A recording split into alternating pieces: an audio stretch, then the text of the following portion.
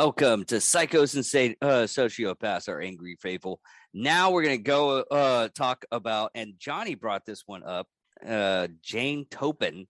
Yes, and credit, shout out goes to my fiance, Mindy, because she was the one that brought it to my attention as we're walking past a hospital during our trip last week.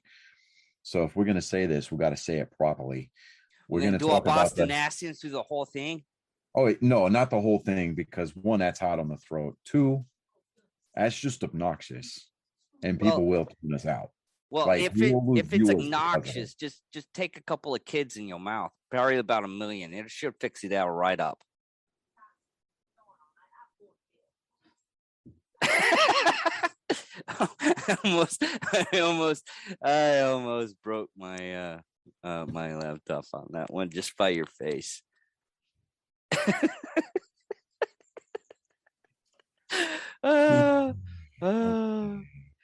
If you're watching on our video, but if you're listening and you hear like a long pause, Johnny is looking at me like he's. I had to pick my jaw up off the floor, and my brain kind of just went into neutral because I refused to process the dribble that poured forth from the ungated sewer attached to Mr. Dickerman's head. That was under his nose, connected to that lump 3 feet above his ass. That was my pickup line at one point in time. It's like, hey, you want to be a daycare today? I don't know why I don't pick up women. I just don't, honestly. Yeah. All right, so Jane Toppan, Toppan. She was a nurse who went on a killing spree that started in 1885 with patients and friends and had claimed up to 30 victims by its end at 1901. Well, okay. There's a lot of different stuff that's going on here. I mean, I say stuff, but there's a lot of different articles that are out there. They're saying that she may have killed as many as 30 people with forensic toxicology in its infancy. She got away with morphine murders for years before she knew, because she knew more about overdose poisoning than most doctors and detectives. So, on the kill list on this, she has 12 confirmed, 31 confessed, and more than 100 suspected. Yeah. So she was born Honora Kelly in 1854 to Irish immigrant parents in the South End of Boston, right? So her mother died of tuberculosis, and her father was a drunk with mental issues, abandoned Honora to a foundling orphanage. So she was indentured at the age of 6 to a Lowell couple, and it's Lowell. It's a suburb. It's kind of like to the, I think, if I'm not mistaken, to the north a little bit. Okay. All right. Abner and Ann Toppan, who gave her a new name. After she was jilted as a young woman, Toppan repeatedly tried suicide. Failing at that, she began training as a nurse at Cambridge Hospital, where she approached her 30th birthday. A certified spinster in those days. The stout brunette was no Florence Nightingale. She was nudged out of 2 hospitals after a series of aged patients died under her care.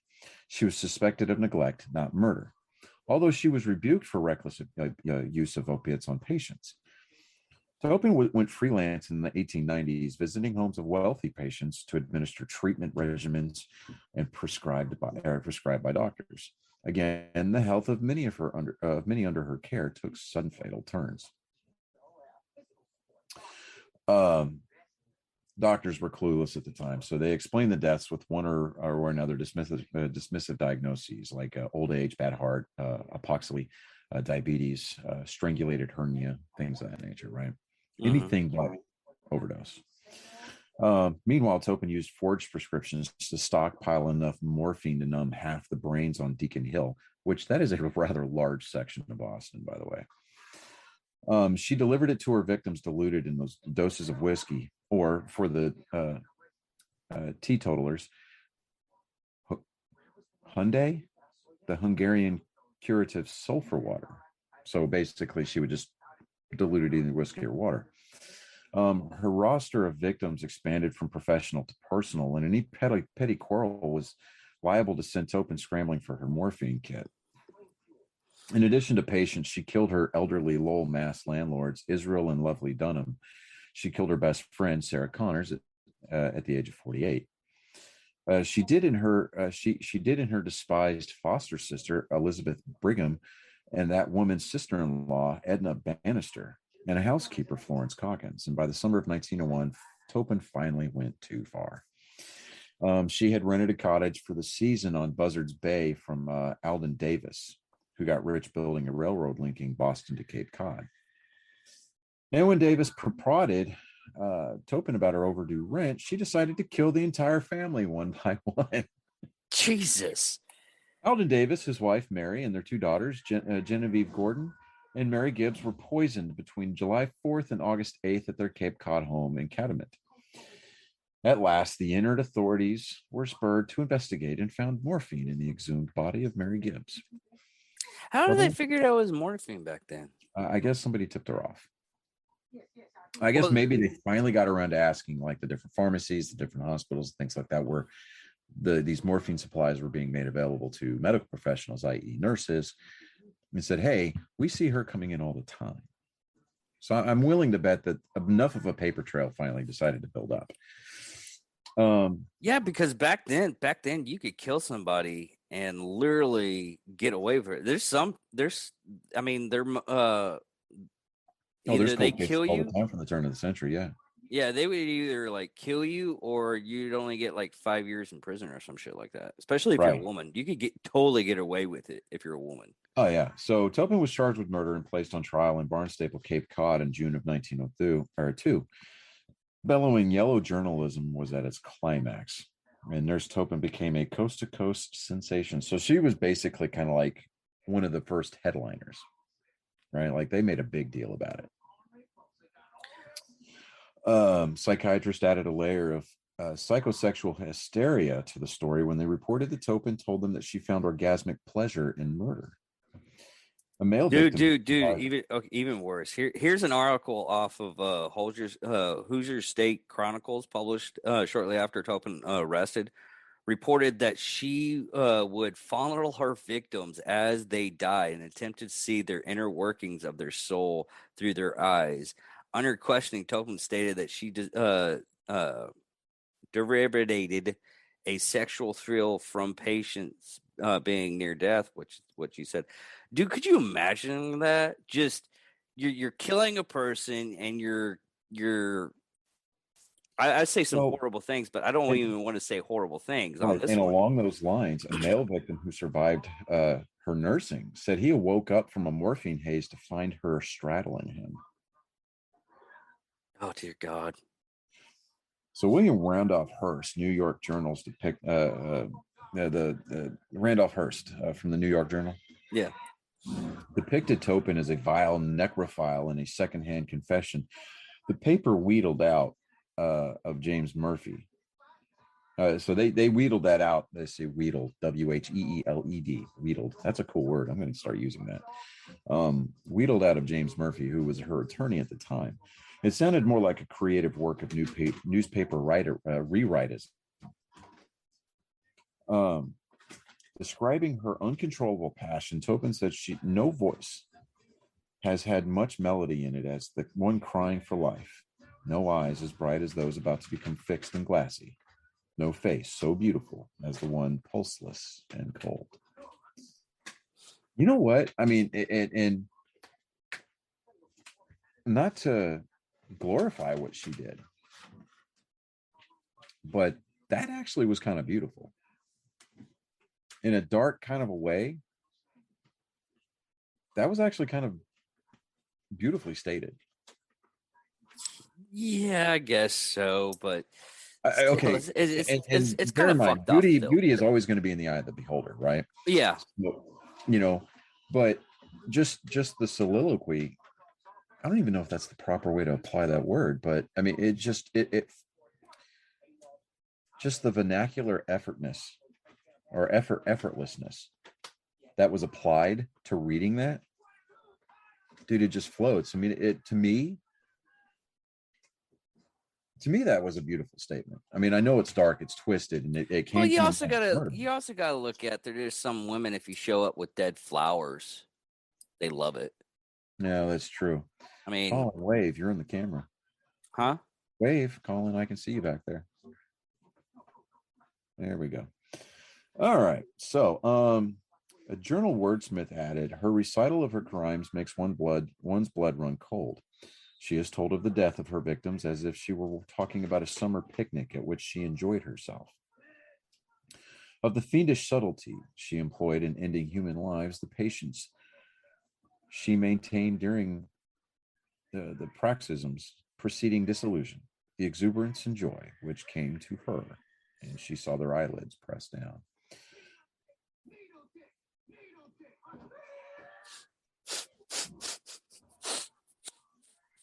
Ladies and gentlemen, that is The Water Boy being played in the background. My boys have not seen it yet, and being as that I'm a good dad, I'm introducing them to that part of the Adam Sandler multiverse. Well, my daughter wants to watch Invincible when she gets here, so you're going to expose it to Mark Wahlberg and his attempt to make the Philadelphia Eagles, right? That Invincible. Oh no, I know which Invincible you're talking about. God, Yes, what kind of? that's totally no. I thought you were talking. I want you to take your hand, and I want you to put it as arm's length as you possibly can, then Because if draw I it hit back as myself too fast as hard and I possible. re-trigger another concussion, I'm going to come after you, and I'm going to hurt you in a major way. Okay.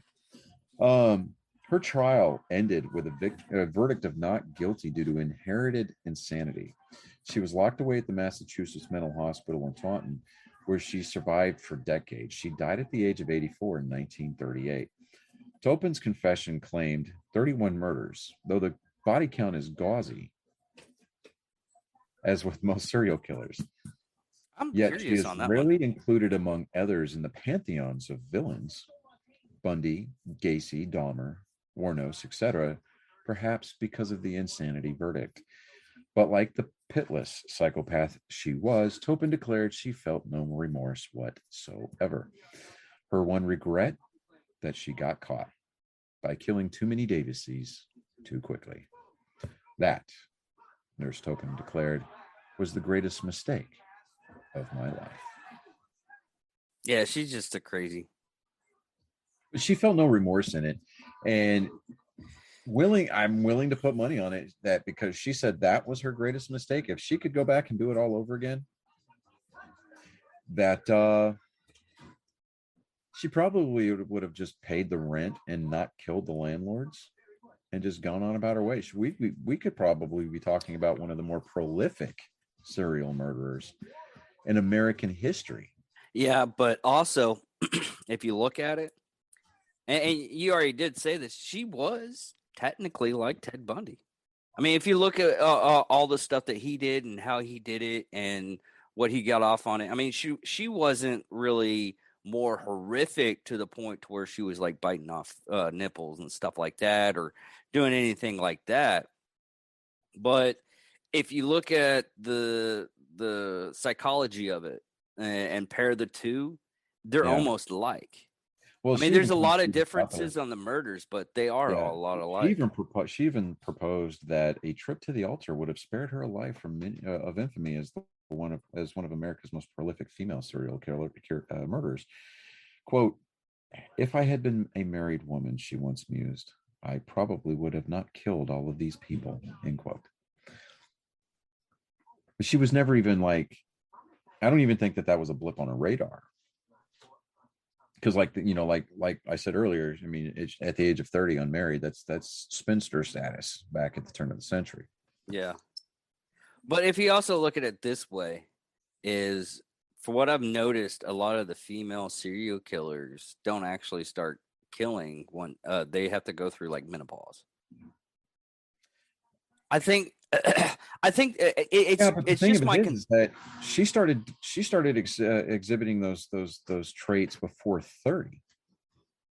okay, yeah, got me So on that I one. think a lot of it, I think a lot of it, because you remember, her mom died of Yeah, tuberculosis, and her dad had mental issues. So yeah, okay, so I could see the inherited insanity, but with the mental issues, I mean, her dad dumped her off at an orphanage. yeah. Well, you also got to look. The thing about back then, though, is it's like what I said earlier. Back in that time frame, Yeah. women could get away with murder, and they just have to. I was like, oh, they're not right. It's because back then women were considered He was a experiencing the vapors. yeah.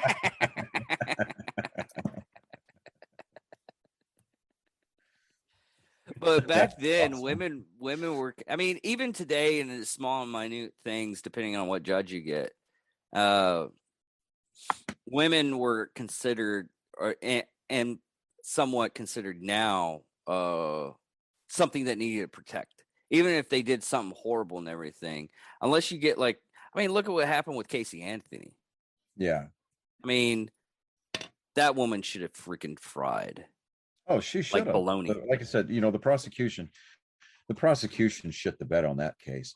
Just like, and now, and to kind of bring something more current event here, Kyle Rittenhouse, the dude's not guilty to begin with, at least as far as my eye is concerned, and the majority of Americans that are concerned. He's not guilty, right? It was all self-defense, all three counts, right? I mean, the prosecution is absolutely shitting the bed right now. I mean, they are. Well, it's not even the For like two, prosecution; 3 days in a row now, they've it's gotten really the yelled at by the police. judge for violating certain constitutional rights, i.e., like the right to remain silent, Oh yeah, yeah. admitting or submitting a video that was already deemed inadmissible. Oh yeah, Yeah, they're trying their damnedest. And what's really sad, and this is getting way off topic, but I was wanting to talk about this tomorrow when we do what the hell, or Sunday. I think we're gonna do Sunday. yeah, we can just What do the it hell. someday. Uh but on the facts of all the stuff that's on video and everything like that. Now, to put my 2 cents and how I view on this, Mm-hmm. he shouldn't have fucking been there in the fucking first place. Well, okay, we could play devil's advocate and be like he shouldn't have been there to begin with. Yeah, we can say that all day long, but I mean, it was his right to be there, and it was his right to openly carry. Now, I love the argument that the prosecutor tried to make today. He said, "What normal person carries an AR-15 and body armor in the trunk of their car?" I Uh mean, my kit depending is on normal. what depending on what kind of area that you work in or live in. I I mean, mean, my kit's normal. If I was in Haiti, I would be in like in full kit. Right, but they keep trying to say things like, this isn't normal behavior. And I mean, they keep trying to marginalize anything and everything they can. They're trying to go for whatever angle. The fact of the matter is that when their star witness on this final count said that he was not fired upon until he was standing over Kyle Rittenhouse, pointing a pistol that he should have never had because he is a convicted felon. He pointed that pistol down at him, and then he got shot. Yeah. You know, and that prosecutor sitting over there going, Oh yeah, the famous "That was face so palm. glorious, dude. It was That so glorious." was But and what's really sad is the fact that even one of the witnesses said the prosecutors told them to lie on stand. So, yeah, so if any of that if any of that was transcribed and it gets out, oh, those guys are fired. yeah, that prosecuting team could go ahead and just hang it up. I mean, much like our own local district attorney announced today plans for reelection. And I'm going to go on record as saying this. My opinions, my thoughts and opinions do not reflect those of Angry Me Productions. They might, but I'm just, that legal disclaimer. I I mean, don't care if it is a yellow dog Democrat. I don't care if it's the fucking dog catcher. If anybody runs against John Gillespie here in Wichita County for district attorney, I'm voting for that person.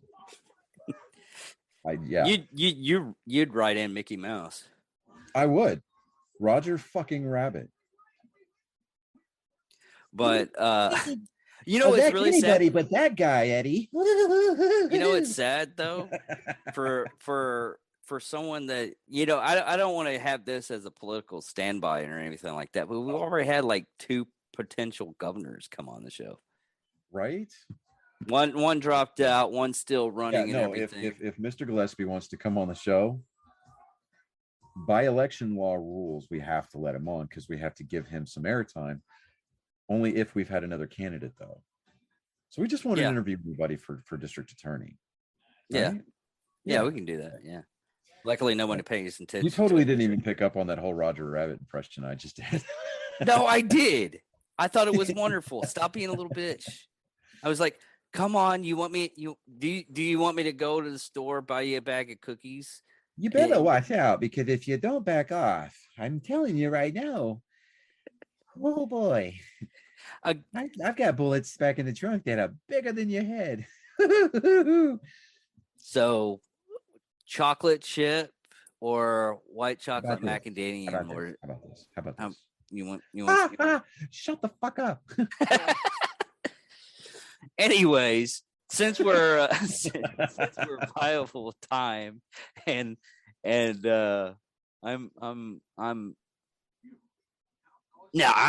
a good enough distance. You can't kill me. If it helps you sleep at night. Yeah. Anyways, thank you, Angry Faithful, for watching us and keeping up with us, even at the last part. But this is another. Faithful. That's our new sign. That's going to be our official salute now.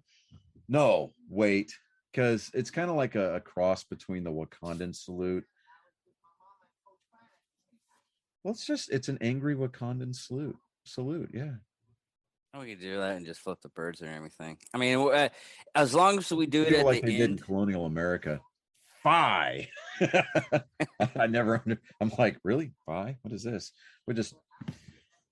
All right, Angry Faithful. If you're watching, this is how it's going to go. We're going to yell out, Angry Faithful, present arms. Just double barrel the screen. Yeah. That should be our next t-shirt. Angry Faithful and just 2 better. Yeah, okay. Oh, no, that is our insider shirt. Yeah, we could do the inside. So that is how we will do the Patreon. Okay, yeah. Yeah. Okay. Or so that way we don't get complacent into this whole, okay, well, I'm just going to kind of bide my time, blah, blah, blah. And it actually forces us to use things like, I don't know, our creative process. Through our YouTube channel or through our Facebook page, we'll figure out a way to put up a link or whatever to our site. And you can work on this for the website. Put up a Angry Faithful section that requires a paywall. So we can do like $30 a year. And it gets we have Patreon. So if we just do the do Patreon, just do the link to the Patreon. And then what we can do is we can do like an exclusive Angry Faithful episode every week that's exclusive to the Patreon channel. Yeah, I was thinking about that, but we have so many. We don't have that many people and everything because Drinking Bros do it with Jack Mendenville on Friday at 6 o'clock. Well, but yeah, we can do something like that. Fuckheads, here's the deal. You have a mission and you don't have a choice as to whether or not to accept it. So let's get our membership up to 100 followers on our YouTube channel, because as soon as that happens, we will launch the official Patreon channel for the Angry Faithful. Yeah. Oh, also, found out something. I think we can go live now on YouTube. Really? Yeah, I wanted to try it out this weekend. Okay, so Sunday's episode. All right, great. Let's do it after 6. Yeah. Because that way I can drop the boys off, and we can get everything all knocked out of the way, and we can be raw, we can be unfiltered, unedited. Well, we have to wait 5 minutes. We could just yeah, I get that, but we can do a live episode. So yeah, there's that. Yeah, we'll try to do the live episode on YouTube. Good thing about live episodes on YouTube is that they automatically upload themselves to the channel. Yeah, and what I can do after that is I can record the audio. I think it takes like 30 or 40 minutes for them to actually post this to the page. Yeah, and I can record the audio as long as it doesn't go past like an hour and a half. Yeah, no, we'll set a timer for ourselves. Yeah, that's the only scripting that we'll have. Yeah, I love how we do our business stuff while we're recording. Is freaking awesome. It gives people the idea of what to expect next. Right, exactly. So, if you're a follower of our channel, we thank you. If not, go fuck yourself. Yeah. All right. Well, and you know what? Just real quick, I gave the movie Fat Man another chance the other night. The one with Mel Gibson in it, where he played. I love that movie, man. It was a good movie. Dude, well, see, the first time I watched it, it was like the weekend that it came out on streaming, and I was like, I fell asleep. Oh, and I was like, you know what? It was on sale on Vudu, so I bought it. It was like $9. And I watched it yesterday, as a matter of fact. I'm like, you know what? I'm in the mood for a Christmas movie, but I want something with violence. And I don't watch Die Hard until Christmas Eve. That is just my that's my tradition. And Mindy is going to now be part of that tradition, because I'm like, look, this has to happen. It's something that just, it's a thing, right? So yeah. But yeah. So I watched Fat Man yesterday, and you know what? You're right. I mean, you didn't say anything to me about this movie, but I mean, I completely agree with you. I absolutely love that movie. You weren't in the group chat when I did mention it. No, I was not. And so, like that scene right there at the end, whenever, the kid's getting visited. Yeah. And he's got that gaping scab over his eye, right? And he's like, St. Nick's got his eye on you, kid. I'm like, that is some grisly Clint Eastwood / Mel Gibson had a love child angry shit right there. And that was beautiful. No, it was Mel Gibson. I mean, it was straight up Mel Gibson. I know it was Mel Gibson. I'm just saying that sounds like some angry crap that like Clint Eastwood would say. Like if Clint Eastwood were to play Santa Claus, he'd be like, I've got my eye on you, punk. It would be a cross between Dirty Harry and Gunnery Sergeant Highway. Okay. He would be like, you can whip me, you can beat me, you could even kill me, just don't bore me. Like, look, just because you left cookies and milk out for me doesn't mean that we're going to take long hot showers together. Comprende? Another good movie to watch. Anyways, thank you for watching Psychos and Sociopaths episode. I'm David Dickerman. I'm Johnny Skelton. And this is Psychos and Sociopaths. Thank you, Angry Faithful.